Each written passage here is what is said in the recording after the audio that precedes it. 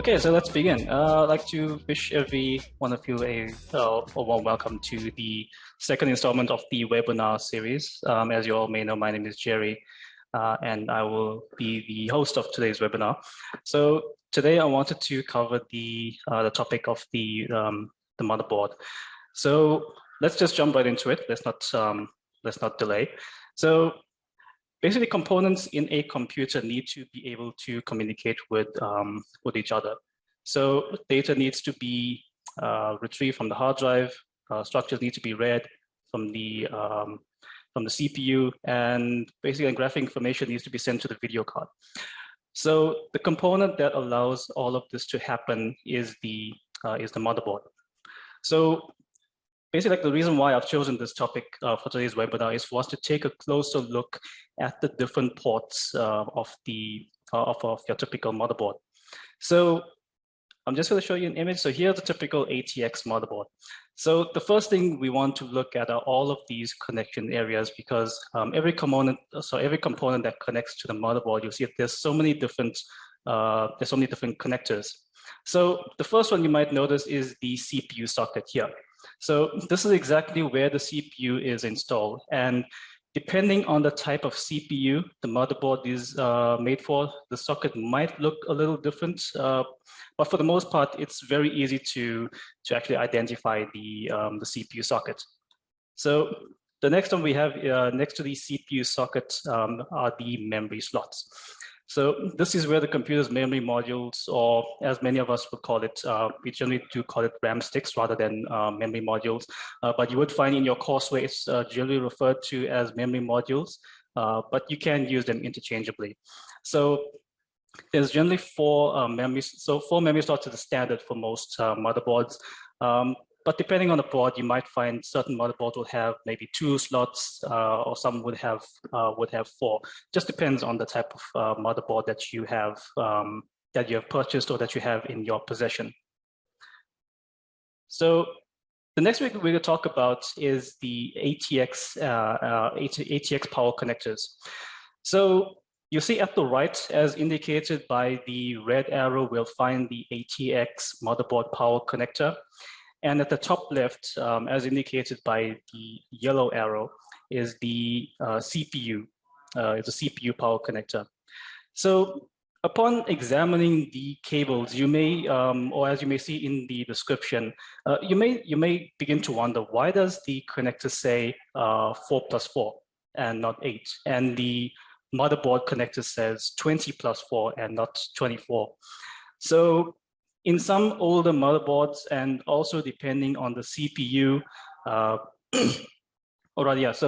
in some older motherboards and depending on the CPU, only a 4-pin CPU power connector and 20-pin motherboard power connector was present, or was generally used to power the board and the CPUs. So as components continue to become more advanced and more powerful, more power hungry, they will require more current in order to power them. So the extra 4 pins in the CPU and the motherboard power connectors provide the additional current required to power these components. So you'll see in the diagram that I have here, on the 4+4 pin CPU power connector can actually be split in 2. Hence the name 4+4. So you can split it right down the middle over here, and it breaks off into 4 and 4. The same can be said for the 20+4 pin motherboard power connector. So the 4 pins at the end of the connector can be split off depending on the motherboard that you do have, and depending on your power requirements. So next up, let's talk about case and CPU fans. Okay, so also on the motherboard are connectors for the case fans, which are these pins right here. These pins, these connectors right here, and most motherboards have around 3 case fan connectors. So in addition, there's a CPU fan connector up near the CPU socket, as indicated right over here, circled in red. So even though this CPU fan connector uses the same connector as case fans, it works a bit different than the other case fans that you'll find on the motherboard. So the difference between the two is that between the two connectors is that it actually gathers information about the CPU fan, such as RPMs or in simpler terms as the fan speed. So more often than not, cases will come with a fan or two pre-installed, though it's unlikely that you'll be able to gather information about those particular fans. Okay. So next up, let's talk expansion slots. So here we'll find the expansion slots of a motherboard. So this is where expansion cards, such as network cards, sound cards, or GPUs can be inserted to provide added functionality to your computer.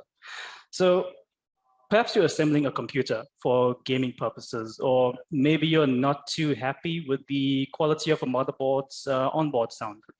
You would then purchase a graphics card or a sound card and insert it into one of these slots, as well as inserting the appropriate power connector from your power supply.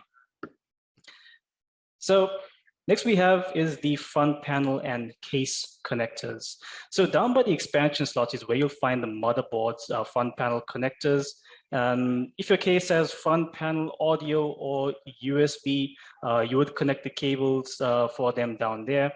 The USB headers, so the USB headers are meant to power the USB ports in the front of the case, and the audio header provides audio capability for the headphone and microphone jacks on the front of the case. So there's also a connection areas for the case buttons and lights. Now, moving on, let's talk about SATA ports. So right here, as you find circled in red, as well as on the other image that we have over here, are the SATA connectors. So most new motherboards will have several of these. So their configuration will be different between motherboards. Sometimes the connections are upright, sometimes they are parallel with the board. Specifically, these are SATA data connectors. So you would typically plug in a SATA data cable into any one of these ports, and then you'll plug in the other end of the cable into any SATA powered device. So most common components which require a SATA data connection are your storage drives, like your hard drives, an SSD, or an optical drive, like a CD or DVD drive.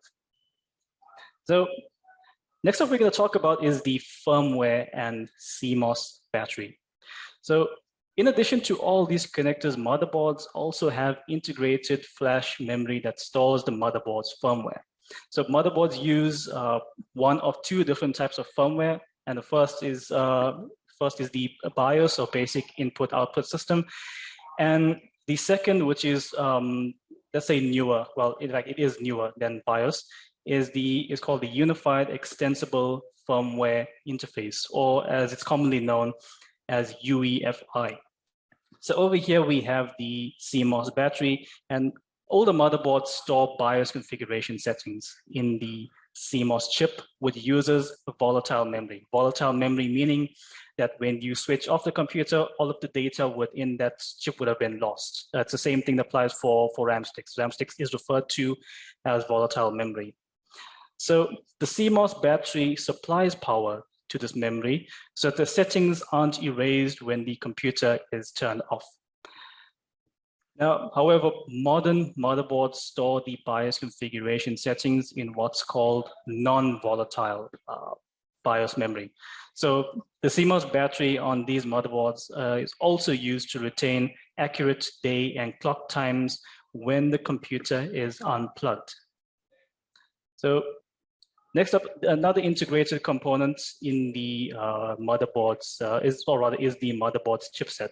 So the chipset is responsible for managing communications among the CPU, the memory, and various connector components. So the way the chipset looks will vary from motherboard to motherboard. So again, or rather always consult your motherboard manual if you are uncertain. And lastly, for this particular session, we're going to be talking about the I/O ports, or I/O connectors. So motherboards also have an integrated peripheral connectors called I/O connectors.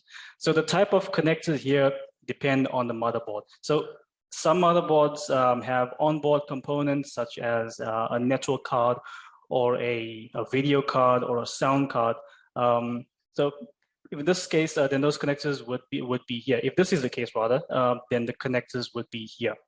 So, for example, we know that this motherboard has an integrated network card and an integrated sound card because of its Ethernet or LAN ports and audio ports. So that brings an end to the first session of the webinar. This is basically part one of part two. So as you can see, the motherboard plays a huge role in a computer system. So it's where all the computer components connect, including the CPU, memory, hard drives, expansion cards, and it handles all of the communications between each of those components. So as you see, I have here which says end of session challenge. So I have a bit of a challenge for each and every one of you that it's something that I just thought of would be a little bit different than the previous webinar, whereby I gave students some time to ask me a bit of questions. So I decided I just want to change it up a little bit just to make it a little more interesting. So I'm going to give you all a challenge. So what you would do is I'm going to flip over to the next screen, and you'll find in front of you is going to be a motherboard with different labels. So you see it'll be labeled A right up until K. So what you're going to do is, this is a challenge for you that have joined in. So for the next 5 minutes, we're going to be going through this particular challenge. So what I want each of you to do is, there is a Q&A box that you can make use of. I'm going to call out a letter. So for example, I'm going to call out letter A. And you are going to then click on the Q&A box and you will type out what you believe, what type of connector do you believe is letter A. And then I will then call out letter B, and you're going to type out what you believe is, what type of connector is B. I'm going to call out C, you will then type out what is C, and D, E, F, right up until K. Once we've completed that, then we'll move on to the next session of this webinar. So please do make use of the Q&A box. So I'm going to call out the first letter. So who can tell me exactly what connector? This is to find out if you all have been paying attention to the webinar. So who can tell me exactly what connector is connector A? Okay, correct. So this is the PCI slot, or also an expansion slot, whichever you prefer to call it. So see, some of you have been paying attention. It's very, very good to see. Let's move on to B. Who can tell me exactly what connector B is? Okay, so, and we're gonna bring an end to that. So this is the PCIe X16 slot, or 16-speed slot. This is generally the slot that you would insert, let's say like a graphic card that requires a higher level of bandwidth. So congratulations to a few of you who have chosen this this answer. So option B is the PCIe X16 slot, or expansion slot as well. It's still an expansion slot at the end of the day. Let's move on to C. Who can tell me what C? Correct. This is also a PCI slot. So the next one might be a little bit difficult. So we're going to move on to D. Who can tell me exactly what D is? We did cover it early on in the session. Who can tell me what D is? So this is actually the fan connector, or fan header rather. So yeah, this was a bit of a tricky one, but that is a fan header. So they can be located, they can be found in many different locations on the motherboard itself. So let's move on to E. So you can tell me what E is. Correct. 4+4 pin CPU power connector. Very good. Very, very good to see many of you paying attention. Awesome. Let's move on to F. F should be very, very easy. Most of you should know the answer to this. Who can tell me what F is? Correct. CPU socket or CPU slot. Very, very good. Right. So we're moving along by quick. So now let's say G. You can tell me what G is. Correct. RAM slots. Very, very well done. Excellent. Okay, letter H. Motherboard power connector. Correct. That's it. Very well done. Okay, letter I. SATA ports. Correct. Very, very well done. So Let's see if you've been paying attention. Letter J, correct. Front panel connectors. That's it. Very, very well done. And lastly, K. Let's see who gets K correct. Well done. That's it. USB connectors. K is the USB connectors. Thank you so much for typing out the answers to the diagram. I really appreciate it. That's why I want to make it a bit more interactive, a little bit more fun than last time, rather than having students constantly ask questions. This is just a bit of a test of your knowledge. So if there were certain parts that you haven't gotten correct, I do advise rewatching the webinar. It will be recorded for you to view again. So you can always pop me an email and I will send it across to you as well. Now, let's move on to the next session of the webinar. So now we're going to move on to session 2, and this is essentially going to be revolving around installing the motherboard, or rather physically installing the motherboard into a case. So basically, step 1, or rather the first step, is to install the motherboard's I/O shield. So the first step into installing a motherboard into your computer case is to fit the I/O shield, which you need to install at the back of the case. So they're designed for specific motherboards, so make sure you have the correct one. So all new motherboards come with at least one I/O shield. Certain modern motherboards will actually have the I/O shield attached to the motherboard, and that's just for added convenience, or just for convenience sake. So the shield serves 2 purposes. So the first, it prevents dust and debris from entering the case, and second, it seals off the back of the case so that the airflow of the case isn't affected. So to install the I/O shield, all you do is, as you'll see in the diagram, all you'll do is press it into the opening on the back of the case, and it will snap into place. So to make sure the backplate is properly secure or securely fitted, give it a slight push from the outside of your case just to get a feel of whether or not it's firmly secured. And then that's your motherboard I/O shield done and dusted. Now, let's move on. Okay. So the second step is to install the motherboard standoffs. So once the backplate is properly fitted into your case, and before you actually fit the motherboard into your case, you'll need to install the motherboard standoffs. So the standoffs, or sometimes called spacers, are metal pegs that hold the motherboard securely in place. So the motherboard standoffs are important for a couple of reasons. So if we were to look at the back of the motherboard, you will find all the solder points or traces. Now, if these were to lie flat with the case, they could short out and ruin your motherboard. So the standoffs create a small space that prevents this, and this space allows for airflow to flow behind the motherboard, which also aids in cooling.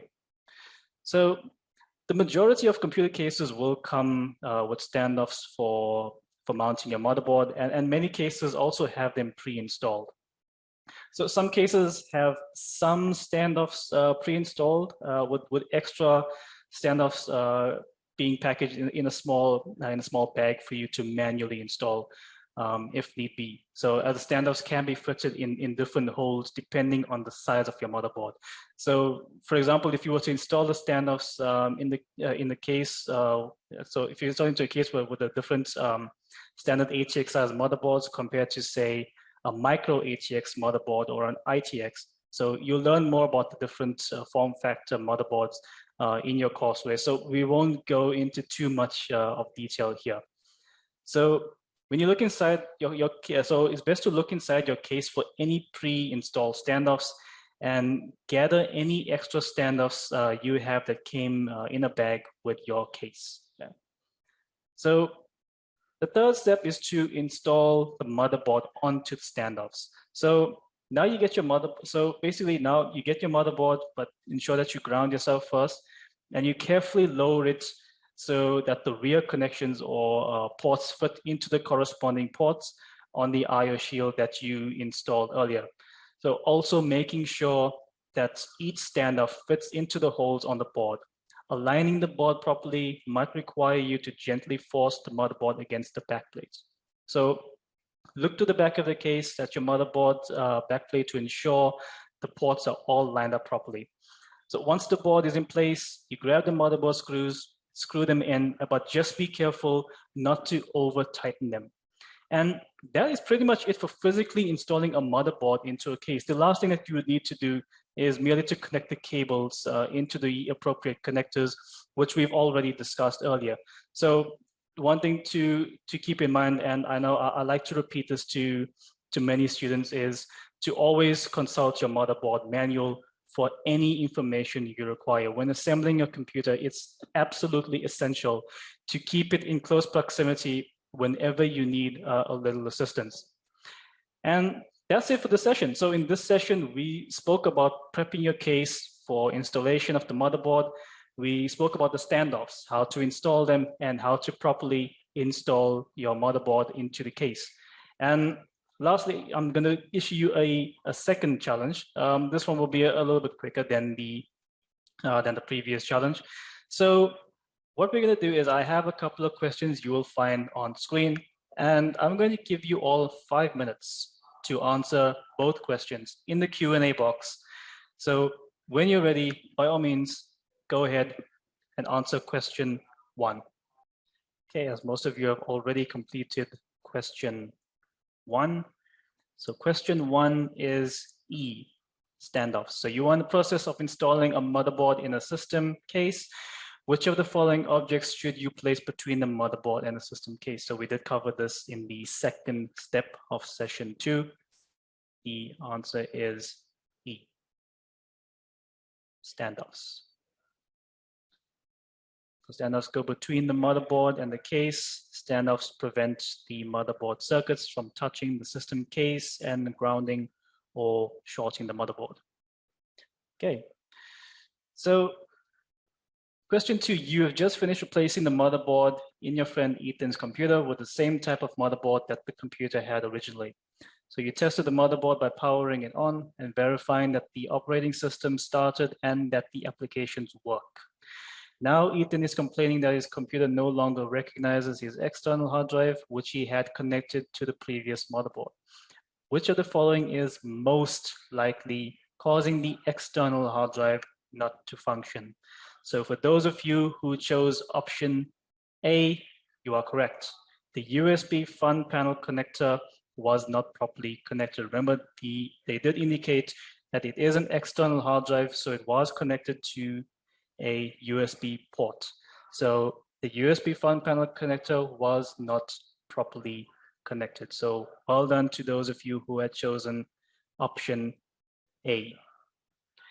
And so that brings us to the end of the second webinar that we have. I really appreciate you all taking the time of your day to attend the webinar. I know we went into fairly decent detail on the motherboard, and I really appreciate you coming here today and interacting, answering questions, and just interacting with what I've put out for you today. I really appreciate you all attending, and I will see you all in the next one. So take care, have a great day, guys. Okay, bye.